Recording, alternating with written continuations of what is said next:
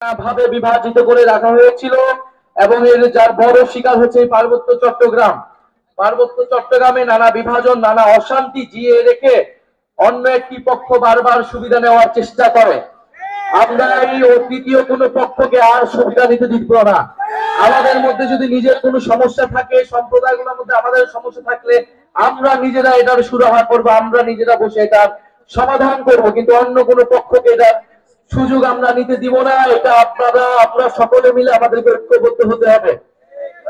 দ্বিতীয়ত, আমরা মনে করি যে বাংলাদেশে যে ৭২-এর সংবিধানের বিরুদ্ধে আমরা বলে আসতেছি যে মুজিববাদী সংবিধান, যেই সংবিধানে সকল জনগোষ্ঠীকে অন্তর্ভুক্ত করা হয়নি, বাঙালি জাতীয়তাবাদের নামে অবাঙালি জনগোষ্ঠীর সাথে এখানে বিভেদ তৈরি করে দেখা হয়েছে, ধর্ম নিরপেক্ষতাবাদের নামে ইসলামের সাথে অন্য ধরনের বিভেদ তৈরি করে রাখা হয়েছে।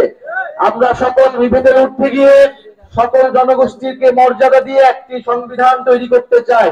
আপনাদের রাঙামাটির নেতা এম লারমা সে ৭২-এর সংবিধানের বিরোধিতা করেছিলেন। আমরা চাই যে মুজিববাদী সংবিধানকে বাতিল করে নতুন একটি গণতান্ত্রিক সংবিধান আপনি আমি মিলে বসে নতুন একটি চুক্তি আমরা তৈরি করব, যেখানে আপনার অধিকারও থাকবে, আমার অধিকারও থাকবে। আমরা জানি পাহাড়ি জনগোষ্ঠী চাকমা, মারমা, তঞ্চঙ্গা, বং সহ অন্যান্য জনগোষ্ঠী তাদের ভাষা, ধর্ম, ভূমির অধিকার নিয়ে লড়াই করছে। অন্যদিকে যারা বাঙালি জাতিগোষ্ঠী রয়েছে তারাও নানান সুযোগ সুবিধা থেকে বঞ্চিত রয়েছে। আমরা উভয় সকল জনগোষ্ঠী এখানে নির্যাতিত, অধিকারহীন। ফলে আমাদের লড়াইটা আমাদেরকে একসাথেই করতে হবে, কাউকে বাদ দিয়ে করা যাবে না।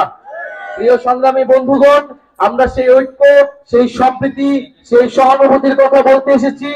সেই সহানুভূতির এবং ঐক্য এবং সম্প্রীতির রাজনীতি জাতীয় নাগরিক পার্টি করতে চায়।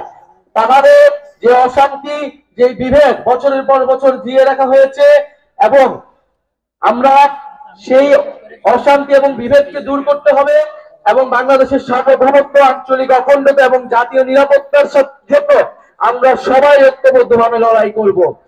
বাংলাদেশকে যে কোনো আধিপত্যবাদী শক্তির হাত থেকে রক্ষা করতে হলে বাংলাদেশের সকল সম্প্রদায়কে একত্রে ঐক্যবদ্ধভাবে এই লড়াইটা চালিয়ে যেতে হবে। রাঙামাটিবাসী কি সেটার জন্য প্রস্তুত আছে?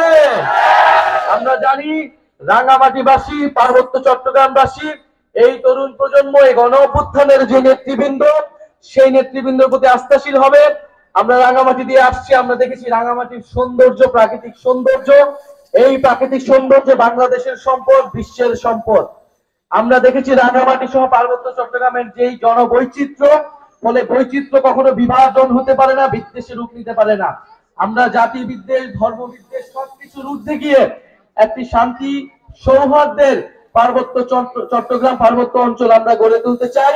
আমরা একটি সৌহার্দ্যের বাংলাদেশ গড়ে তুলতে চাই। সেটার জন্য আমাদের ওয়াদা হতে হবে, সেটার জন্য আমাদের ঐক্যবদ্ধ হতে হবে। আরেকটি বিষয়, আমরা যেমন আমাদের সম্প্রদায়ের মধ্যে সৌহার্দ্য চাই, সম্প্রীতি চাই, একই সাথে আমাদের যে ফ্যাসিবাদ বিরোধী রাজনৈতিক দলগুলো রয়েছে সেই রাজনৈতিক দলগুলোর মধ্যে আমরা সেই সৌহার্দ্য এবং সম্প্রীতি চাই।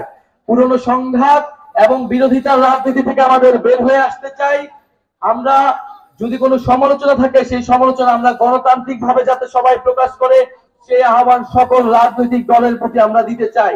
আমরা সেই আওয়ামী লীগের আমলে দেখেছি রাজনৈতিক দলে দলে দ্বন্দ্ব, জনজীবনে যেই নিরাপত্তা বিঘ্নিত ঘটেছে, সেই রাজনীতি যাতে ফেরত নেওয়া যায়, সেই জায়গা থেকে আমরা যাতে সকল পক্ষ দায়িত্বশীল আচরণ করি, সেই আহ্বান আপনাদের দিতে চাই। জনগণের কাছে আমরা সবাই সবার বক্তব্য নিয়ে যাব। জনগণই বৈধতা, জনগণই ঠিক করবে জনগণ তাদের কাছে যাবে। রাঙামাটিবাসী, জাতীয় নাগরিক পার্টি আপনাদের কাছে পৌঁছে গিয়েছে। রাঙামাটির প্রত্যেকটি জনপদে, প্রত্যেকটি সম্প্রদায় আমরা পৌঁছে যাব।